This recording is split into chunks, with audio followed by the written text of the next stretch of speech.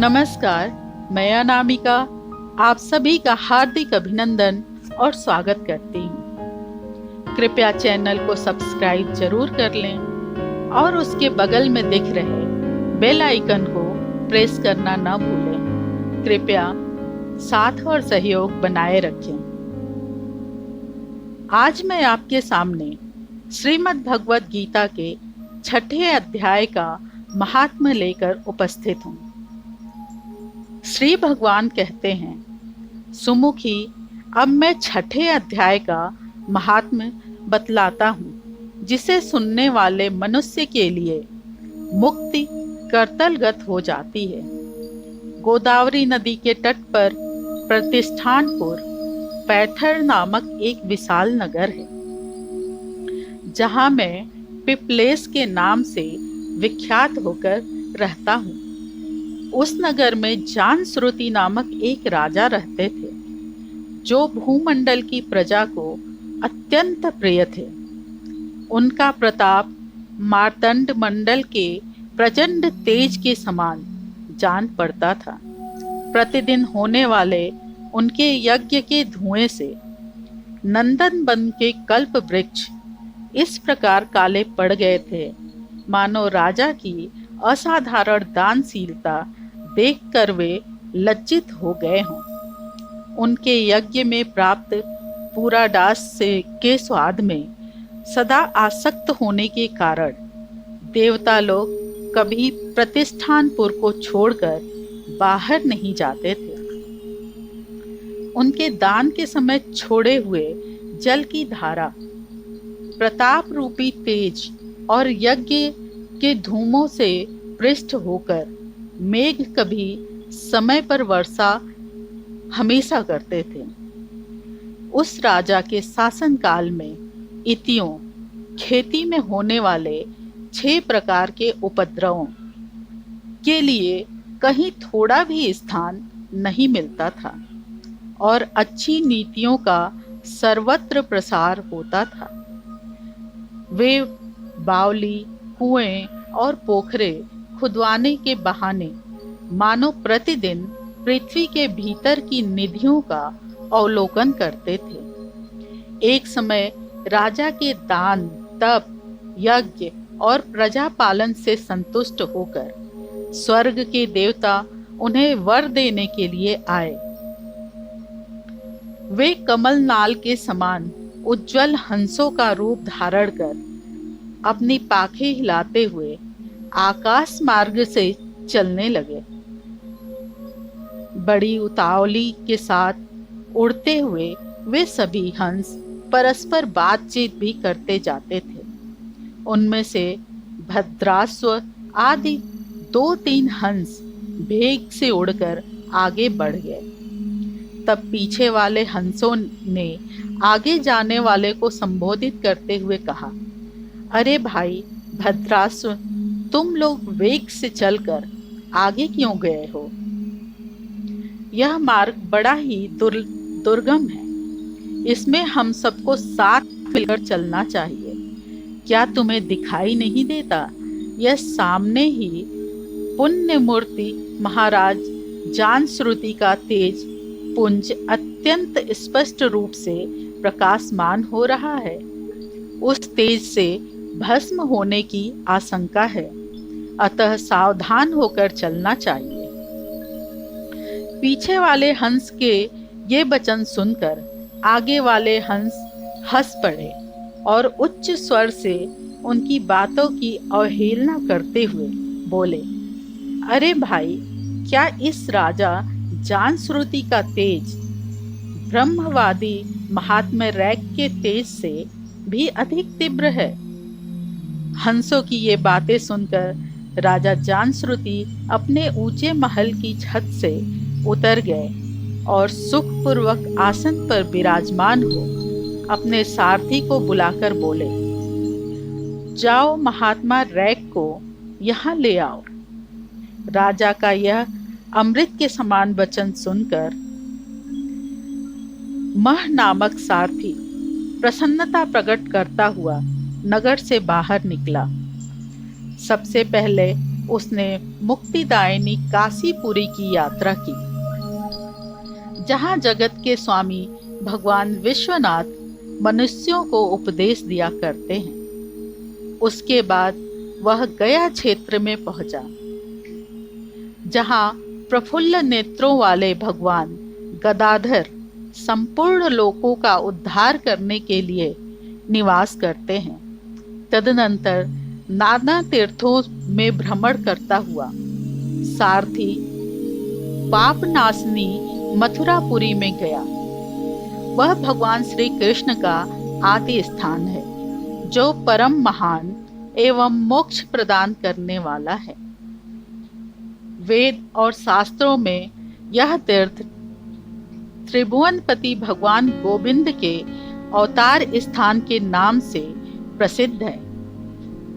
नाना देवता और ब्रह्मर्षि उसका सेवन करते हैं। मथुरा नगर कालिंदी यमुना के किनारे शोभा पाता है। उसकी आकृति अर्धचंद्र के समान प्रतीत होती है। वह सब तीर्थों के निवास से परिपूर्ण है। परम आनंद प्रदान करने के कारण सुंदर प्रतीत होता है। गोवर्धन पर्वत के होने से मथुरा मंडल की शोभा और भी बढ़ गई है। वह पवित्र वृक्षों और लताओं से आवृत है। उसमें 12 वन हैं। वह परम पुण्यमय तथा सबको विश्राम देने वाले श्रुतियों के सारभूत भगवान श्री कृष्ण की आधार भूमि है। तत्पश्चात मथुरा से पश्चिम और उत्तर दिशा की ओर बहुत दूर तक आने पर सारथी को काश्मीर नामक नगर दिखाई दिया, जहां शंख के समान उज्ज्वल गगनचुंबी महलों की पंक्तियां भगवान शंकर के अट्टहास की भांति शोभा पाती हैं। जहां ब्राह्मणों के शास्त्रीय आलाप सुनकर मूक मनुष्य भी सुंदर वाणी और पदों का उच्चारण करते हुए देवता के समान हो जाते हैं। जहां निरंतर होने वाले यज्ञ धूम से व्याप्त होने के कारण आकाश मंडल मेघों से घुलते रहने पर भी अपनी कालिमा नहीं छोड़ता। जहां उपाध्याय के समान आकर छात्र जन्मकालीन अभ्यास से ही संपूर्ण कलाएं स्वतः पढ़ लेते हैं, तथा जहां मणिकेश्वर नाम से प्रसिद्ध भगवान चंद्रशेखर देहधारियों को वरदान देने के लिए नित्य निवास करते हैं। कश्मीर के राजा मणिकेश्वर ने दिग्विजय में समस्त राजाओं को जीतकर भगवान शिव का पूजन किया था। तभी से उनका नाम मणिकेश्वर हो गया था। उन्हीं के मंदिर के दरवाजे पर महात्मा रैक एक छोटी सी गाड़ी पर बैठे अपने अंगों को खुजलाते हुए वृक्ष की छाया का सेवन कर रहे थे। इसी अवस्था में सारथी ने उन्हें देखा। राजा के बताए हुए भिन्न भिन्न चिन्हों से उसने शीघ्र ही रैक को पहचान लिया और उनके चरणों में प्रणाम करके कहा, ब्राह्मण, आप किस स्थान पर रहते हैं? आपका पूरा नाम क्या है? आप तो सदा स्वच्छंद विचरने वाले हैं, फिर यहाँ किस लिए ठहरे हैं? इस समय आपका क्या करने का विचार है? सारथी के ये वचन सुनकर परम आनंद में निमग्न महात्मा रैक ने कुछ सोचकर उससे कहा, यद्यपि हम संपूर्ण काम हैं, हमें किसी वस्तु की आवश्यकता नहीं है, तथापि कोई भी हमारी मनोवृत्ति के अनुसार परिचर्चा कर सकता है। रैक के हार्दिक अभिप्राय को आदर पूर्वक ग्रहण करके सारथी धीरे से राजा के पास चल दिया। वहां पहुंचकर राजा को प्रणाम करके उनसे हाथ जोड़कर सारा समाचार निवेदन किया। उस समय स्वामी के दर्शन से उसके मन में बड़ी प्रसन्नता थी। सारथी के वचन सुनकर राजा के नेत्र आश्चर्य से चकित हो उठे। उनके हृदय में रैक का सत्कार करने की श्रद्धा जागृत हुई।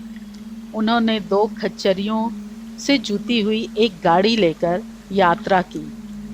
साथ ही मोती के हार, अच्छे अच्छे वस्त्र और 1 सहस्त्र गौवें भी ले ली। कश्मीर मंडल में महात्मा रैक जहाँ रहते थे, उस स्थान पर पहुंचकर राजा ने सारी वस्तुएं उनके आगे निवेदन कर दी और पृथ्वी पर पड़कर साष्टांग प्रणाम किया।